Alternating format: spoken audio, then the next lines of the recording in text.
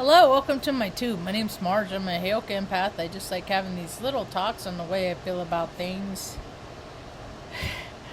I'm a, I don't know, I'm a lot of things, but anyway, today's actually been a pretty okay day. Luna came through her dental, she okay. She always gets real whiny. The anesthesia. They called me about 12:30 and said she was already standing up. Like, okay, I'm ready to go. Where's Marge? I'm ready to go. So, but I couldn't go pick her up until 2. Anyway, so they extracted one tooth and it cost less than $400. That's like the first vet, like dental that I've had that I think costs less than $400. They're all been like $500, $550, you know. But I got another one around the corner on the 2nd. So in the spirit of what's going on, you know, as above, so below, the astrology, things are really getting fired up. I had an instance this morning. I haven't gone to the doctor in a couple years. I pretty much, before all this COVID crap, I lost faith in the system. I lost faith in the people that create the system. And, you know, God has a chance to work through everybody, and when people are so closed off and unmotivated and, well, quite frankly, bottom line, just straight up lazy, and then the COVID, all that stuff happened, and then it just really, people really fell into their gluttony, their whatever they became more of, you know, because everybody had a chance to get better. Everybody in the last 2 years had a chance to work on their fitness and, you know, in some capacity. And a lot of people didn't take that opportunity. I'm seeing that everywhere, and people are really unhappy with themselves, so they're taking that unhappiness and they're taking it out on other people. So I got a call from the VA. It's already taken, a month and a half since I started the whole process. A month. No, took it 2-3 weeks for them to call me back, and then they finally called me back, and then I got an appointment for Thursday, whatever Thursday is, just to have lab works done. I just want to make sure my levels are fine, and if I need to get some potassium, you know, vitamins, stuff like that. That's the only thing I get from them. I will never take their drugs again. They're not in the business to help people. They really aren't. They're in the business to help themselves. That's what all of these, you know, these federal agencies to exist. I have a list of like 4 now of the different veteran agencies that did not jack squat to do anything to help me. Yet they had 3 different people from 3 different offices. See, it's all to employ those people. None of it has anything to do with helping us veterans. They just use us. We're just the pawns. We're here to help. We care so much. Thank you for your service. No. You should thank me for your paycheck. Right? So I got a call this morning because my follow-up appointment to have the doctor interpret my labs for me, you know, they didn't set it. They set it for the 3rd of August, right? And now they pushed it out to the set. We hope it's not too inconvenient. Oh no, it's been 2 years since I've been to the doctor. What's 2 more weeks? After all, we live so you get a paycheck. You know, and you get to pick, you know, because they have their little clinic and they get to designate. It's all about control and who they want to help and when they feel like it. I really hope that doctor's fit. I really hope that doctor's fit. I hate when they make me see fat doctors, because it's like, you don't give a crap about health and you're going to talk to me about health, really? Because you read a book? You know, my whole life, you know, you want to talk about head injuries and trauma, and you want to talk about heavy metal toxins, and there's all kinds of stuff I can talk about. Hopefully it's even a doctor, because usually I just get a PA, you know? Right? So, yeah, they're definitely not, and nobody's in. I said, and I told the lady, I said, I really hope it's important. I hope whatever he's doing is really, really, really important. I hope it's not like a vacation or something like that. That would be really messed up, you know. And I don't have the attitude, because they just had 2 years off as far as I'm concerned. So no, he's not. Nobody in this city of Taos works hard enough to ever earn a vacation. Ever. I've never seen a city like this. I've never seen a city like this. And maybe all the cities are like this. Maybe this is what people have just evolved to. I just live at a smaller scale with and this is how it's always done. The whole world's going down the toilet because people keep doing things how they always done it. It's counterproductive, yeah.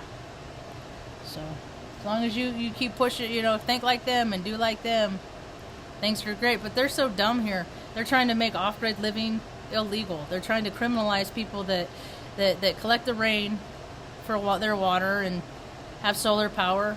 It's like all the way down to like you can't have holes in your. It's absurd. Because they don't have any unless they have like cousins that are in the plumbing business. That's why they push these ordinances so their buddies can profit from the businesses. They don't support the infrastructure that they have, so they should be glad that people are not reliant on them. It's absurd. And this is like that. This is the land grab. This is the collective overreach. I was listening to Rick Levine a little while ago. I have a lot of respect for that guy.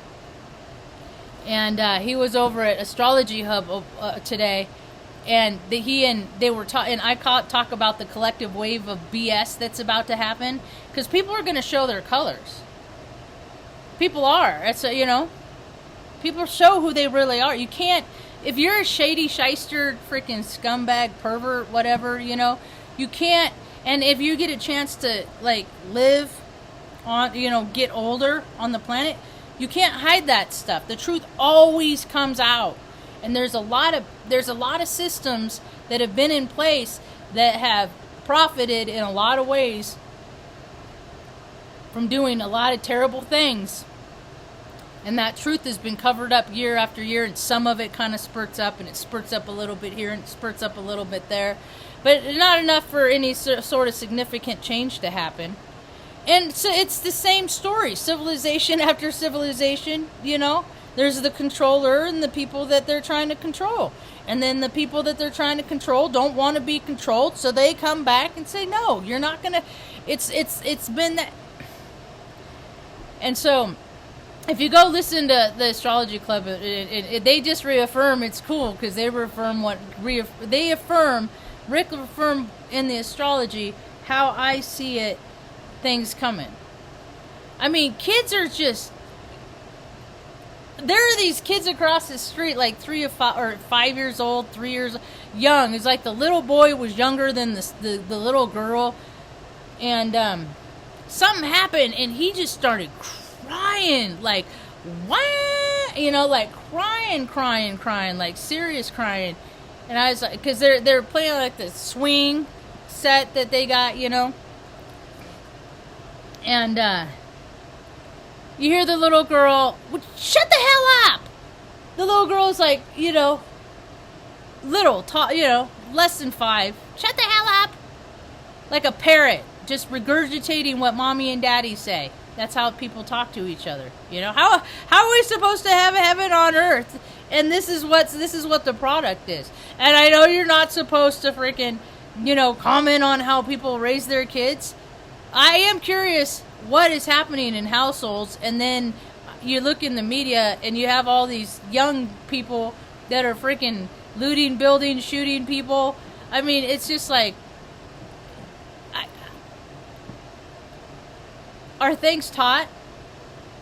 Are morals and ethics, guidelines and standards, positive standards for living,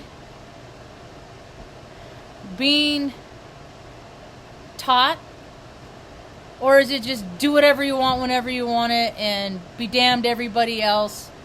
Doesn't matter if everybody, their feelings are it doesn't matter. Go around, hurt whoever you want, self-will run riot.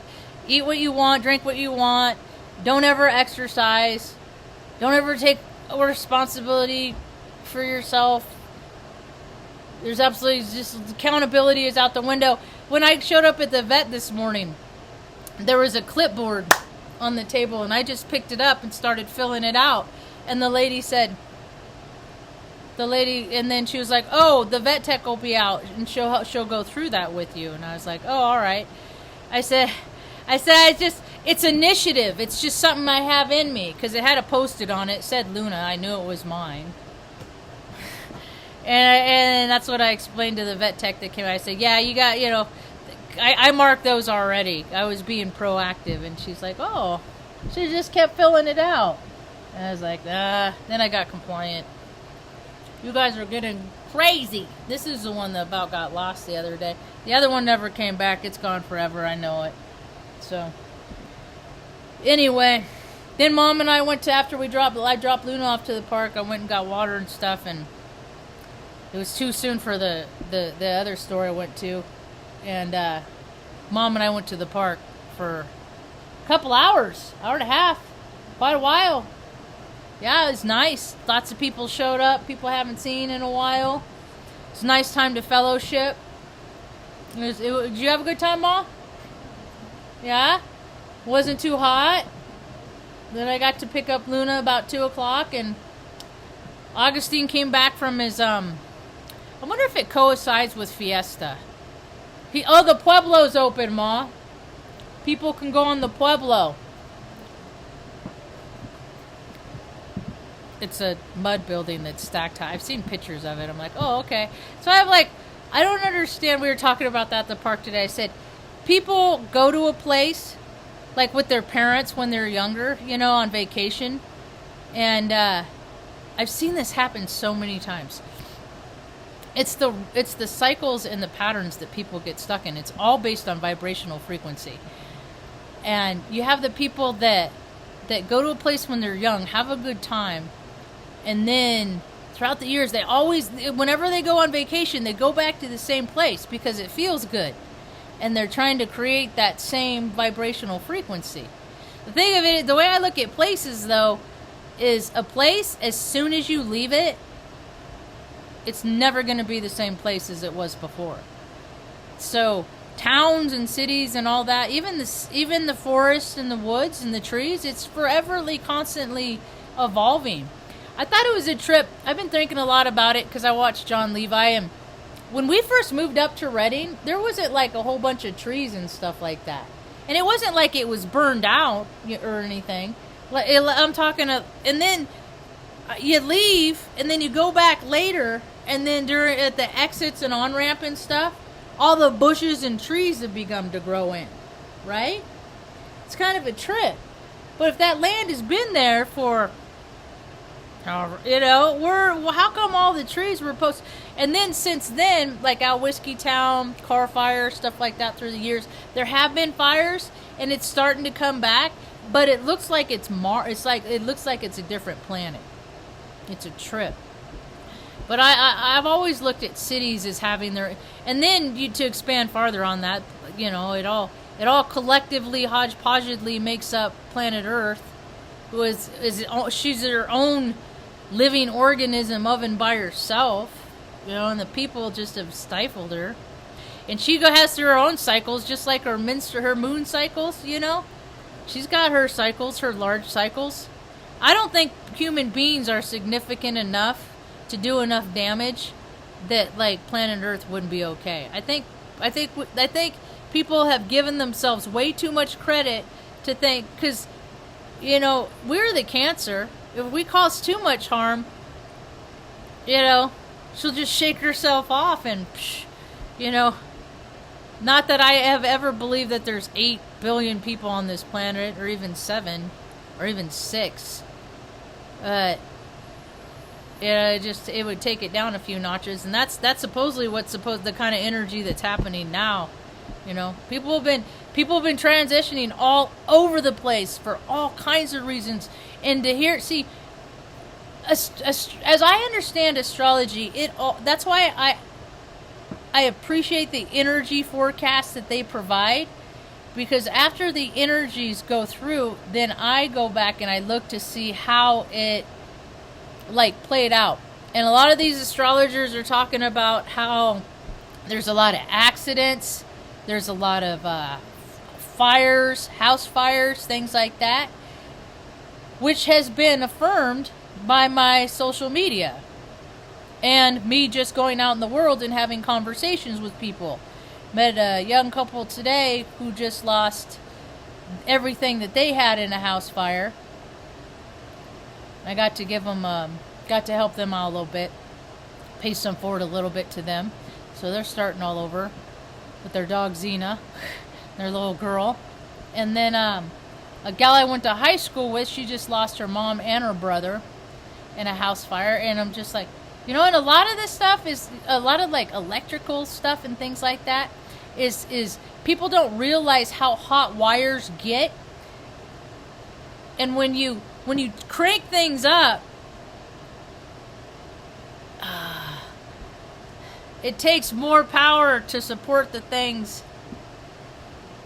that you're cranking up. And there's so many people that are using extra power that it's just making the components hot. And then you got places and crawl spaces and furnaces and like furnaces especially, because they have like some components and some parts that have like grease and stuff on them. So you got like stoves that don't get cleaned, and then you get oil and grease from the stove, and that collects with dust. That stuff is all combustible. People don't go, do their routine maintenance, don't do their routine cleaning, stuff like that. Blow that, just get a can of air if you can find, blow that out, or, there's all kinds of stuff that things people can do. And then, at the same time, things are so divine. If they're going to happen, they're going to happen. You can plan as much as you want for stuff and try and make allowances to keep everything bad from possibly happening. Stuff is going to happen. It's going to happen. Life is life. I don't know how so many people have created lives for themselves at this point where it's like they're seemingly untouched by things. I just see people that are I'm just like, what is the worst thing that ever happened to you? And they'll be like, well, I was really sad when my grandma died.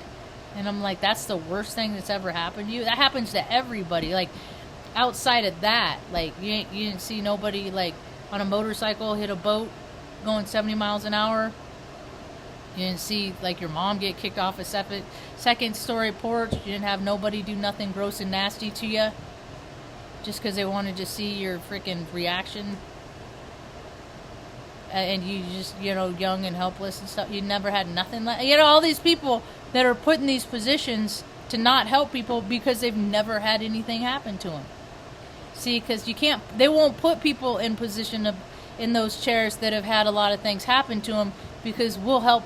See, people like me, we'll spend money on stuff that matters and not your freaking little trendy electric vehicles. They want to spend $38 million here in New Mexico to put electric charging stations every 50 miles on the interstates in New Mexico, and there's places that people everywhere, all over the place, that can't find a place to live. That's just stupid. That's stupid. It's not practical. That is people serving the higher beast. And I'm freaking, a lot of people are really tired of living on that planet. And a lot of people are standing out, are speaking out their truth. There's going to be so much truth being spoken, depending on where people's planetary alignments are. Then you're going to have plenty of those people with their planetary alignments that are going to sit there subservient and freaking do what they always done. Not everybody is supposed to level up in the spiritual experience. They're not. Some people are just never going to be more than the human being. They're never going to get in touch with their spiritual side. They're never going to recognize, hey, that we're all we're trying to get heaven on earth.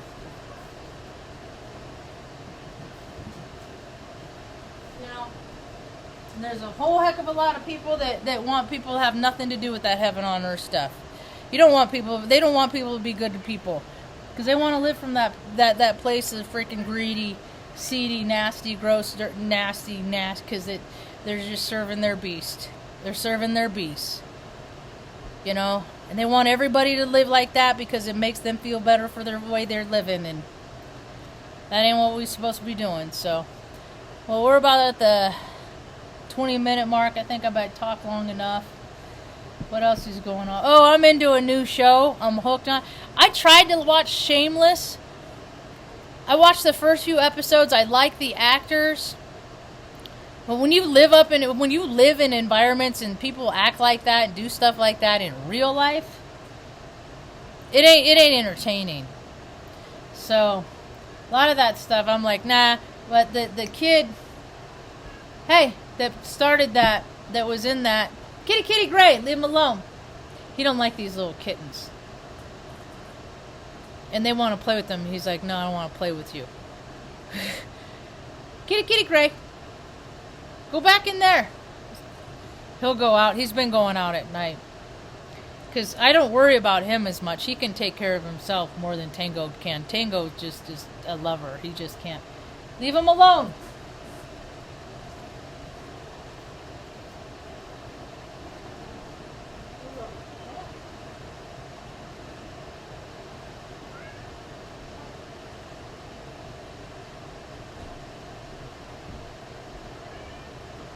Alright.